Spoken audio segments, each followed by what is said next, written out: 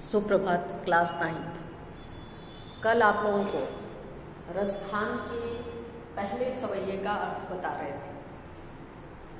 पाठ की पूरी पढ़ाई हो चुकी है। पुनरावृत्ति के क्रम में कल पहले वाले सवैये का अर्थ बता रहे थे कि मानुष हो तो वही रसखान बसा ब्रज गोकुल गांव के द्वारन। यदि मनुष्य के रूप में मेरा जन्म हो तो मुझे वही गोकुल में रहने को मिले। ये पूरा प्रसंग यानी रसखान की इच्छा वहां पर पहले वाले सवैये में बताए थे। आज दूसरे का अर्थ बताएंगे कि यहाँ रसखान कहते हैं कि या लकुटी अरु कामरिया पर राज तिहुपुर को तजिडारो, आठों सिद्धि नवो निधि के सुखनंद की गाय चराई विसारो। रसखान कहते हैं कि मैं एक लाठी और कंबल जो कि श्री कृष्ण लेकर के गाय चराने जाते थे, उसके बल पर यानी उस लाठी और कंबल के बदले राजसी सुख त्यागने को भी तैयार हूं। यानी मैं राजसी सुख छोड़ सकता हूं उस एक लाठी और कंबल के बदले में जो श्री कृष्ण लेकर के गाय चराने जाते थे। आठों सिद्धि नवो निधि के सुखनंद की गाय चरायो विसारो। नंद की गायों को चराने के बदले में मैं बड़े से बड़े सुख को छोड़ने के लिए तैयार हूं। यानी श्री कृष्ण की एक लाठी और कंबल जिसको लेकर के वो गाय चराने जाते थे, उसके बदले में मैं तीनों लोगों के सुख को त्यागने के लिए तैयार हूं। आठों सिद्धि नवो निधि के सुख नंद की गाय चराए विसारो। यदि नंद की गायों को चराने का सौभाग्य प्राप्त होता है तो मैं बड़े से बड़ा सुख छोड़ सकता हूं। रसखान कबो इन आखिन सो ब्रज के वन बाग तड़ाग निहारो, कौटि के एकल धौत के धाम करील के कुंजन ऊपर बार। और अगर ब्रज के वन को, ब्रज के बाग को, ब्रज के सौंदर्य को देखने का सौभाग्य प्राप्त हो तो मैं उन जंगली चीजों को देख करके ही बड़े से बड़े महलों के सुख को भी त्यागने के लिए तैयार। यानी किस प्रकार से वो कृष्ण से संबंधित हर एक चीज को प्राप्त करने के लिए कष्ट सहने को भी तैयार है और उसके साथ बड़ा से बड़ा सुख भी वो छोड़ने के लिए तैयार है। तीसरे वाले जो सवैया है उसमें गोपियां श्री कृष्ण का स्वांग रच रही हैं। यानी गोपियां जो हैं वो श्री कृष्ण के रूप को धारण कर रही हैं। श्री कृष्ण जो जो करते थे वो करने के लिए तैयार हैं कि मोर पखा सिर ऊपर राखी हूं, गुंज की माल गरे पहिरूंगी, ओढ़ी पीतंबर ले लकुटी वन गोधन ग्वारिन संग फिरूंगी।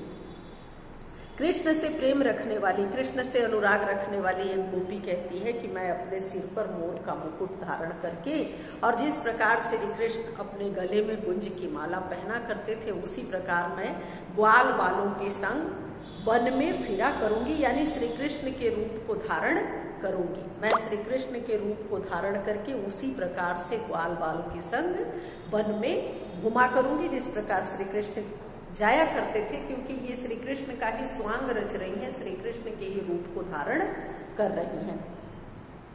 ओढ़ी पीतंबर ले लकुटी वन गोधन ग्वारन संग फिरूंगी। और कहती है कि अपने गलों में गुंज की माला पहन करके और उसी प्रकार से पीतंबर धारण करके यानी पीले वस्त्र धारण करके और मैं वन में उनके मित्रों के साथ, यानी जिस प्रकार श्री कृष्ण अपने मित्रों के साथ जाते थे उस प्रकार मैं जाया करूंगी। भावती वही मेरे रसखान सो तेरे कहे सब स्वांग करूंगी, या मुरली मुरली धर की अधरा न धरी अधरा न धरूंगी। गोपियां कहती हैं कि वह कृष्ण के सारे रूप को, यानी जो रूप उनको अच्छा लगता है वो उसका उदाहरण करेंगी। यानी वो मोर मुकुट पहनेंगी, वो गले में गुंज की माला पहनेंगी, पीतांबर वस्त्र धारण करेंगी, उन्हीं के समान वो ग्वालों के साथ वन में जाएंगी। लेकिन वह मुरली मुरली धर की अधरा न धरी अधरा न धरूंगी, क्योंकि मुरली से उन लोगों को ईर्ष्या है, श्री कृष्ण की बांसुरी से उनको ईर्ष्या है, क्योंकि उन्हें ऐसा लगता है कि श्री कृष्ण ने उन लोगों को छोड़ दिया। लेकिन बांसुरी जो है एक सौतिया डाह शब्द वहां पर कवि के द्वारा प्रयोग किया जाता है कि उस बांसुरी से उनको बहुत अधिक ईर्ष्या है और इसीलिए गोपी कहती है कि वाह मुरली मुरली धर की अधरा न धरी अधरा न धरूंगी, यानी सब कुछ करूंगी, तेरे कहे सब स्वांग रचूंगी, यानी मुझे जो पसंद है श्री कृष्ण का रूप धारण करना वो सब कुछ मैं करूंगी, लेकिन कभी भी श्री कृष्ण की मुरली को मैं अपने होठों से नहीं लगाऊंगी, क्योंकि श्री कृष्ण की मुरली जो है उससे हम लोगों को बहुत अधिक ईर्ष्या है, उससे हम लोगों को बहुत अधिक जलन आप कह सकते हैं कि वो है, क्योंकि वो बांसुरी को ये लोग मानती हैं कि हर समय श्री कृष्ण के होठों से लगी रहती है, जो सौभाग्य इन लोगों को उनके साथ रहने का कभी प्राप्त नहीं होता। इसलिए गोपी कहती है कि मैं सब कुछ करूंगी, पर वाह मुरली मुरली धर किया धरा न धरी अधरा न धरूंगी, मैं उस मुरली को कभी अपने होठों पर धारण नहीं करूंगी जो कि श्री कृष्ण करते थे। और चौथा है कि कानन दे अंगुरी रहबो जबहि मुरली धुनि मंद बजई है, मोहन तानन सोरस खाने अटा चढ़ी बोधन गई है तो गई। गोपियां कहती हैं कि श्री कृष्ण जब अपनी बांसुरी बजाएंगे तो हम अपने कानों में उंगली लगा लेंगी, क्योंकि अगर उनकी मुरली की आवाज या उनकी बांसुरी की आवाज या उस संगीत की आवाज हमारे कानों तक आती है तो हम अपने आप को संभाल नहीं पाते हैं। इसलिए जब वो अपनी मुरली बजाएंगे तो हम अपने कानों में उंगली लगा लेंगे। तेरी कहो सिगरे ब्रज लोकी न काली को कितनो समझई है, माई रिहो मुख की मुस्कानी संहारी न जई है संहारी न जई है। गोपियां कहती हैं कि अगर उनके बांसुरी की आवाज या उनके मुरली की आवाज या उस संगीत की आवाज एक बार हमारे कानों तक आ गई तो फिर ब्रज के लोग कितना भी समझाएंगे, हम अपनी मर्यादा को उस समय रोक नहीं पाएंगे। उनकी उस मुस्कान को, उनकी उस आवाज को सुनने के बाद हम अपने आप को रोक नहीं पाते हैं। इसलिए जब वो अपनी बांसुरी बजाएंगे, जब वो संगीत हमारे कानों तक आने की बात होगी तो हम अपने कानों में उंगली लगा लेंगे ताकि वो आवाज हमारे तक आए नहीं।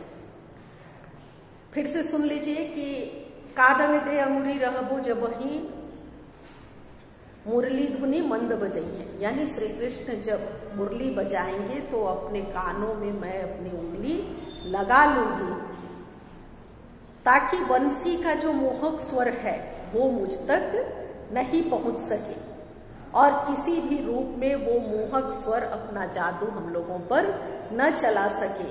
फिर चाहे श्री कृष्ण कहीं भी चढ़ करके, अटालिका पर भी चढ़ करके, किसी भी उस ऊंचे स्थान पर चढ़ करके वो अपना संगीत सुनाए, लेकिन वो संगीत हमारे कानों तक आना नहीं चाहिए, क्योंकि एक बार यदि वो आवाज हमारे कानों तक आती है तो फिर हम उसको अपने आप को संभाल नहीं पाते। ये पूरा आपका रसखान के सवैयों का एक बार पुनः पुनरावृत्ति हो गई, पूरा उसका अर्थ आपको बता दिए। और फिर कहीं अगर कोई समस्या होगी तो मंडे को ऑनलाइन क्लास होगा, उसमें आप लोग पूछेंगी और इसका पूरे का चारों सवैयों का अर्थ आप लिखेंगी। लिखने से क्या होगा कि किसी भी प्रकार का प्रश्नोत्तर जो है वो आपका तैयार हो जाएगा। धन्यवाद।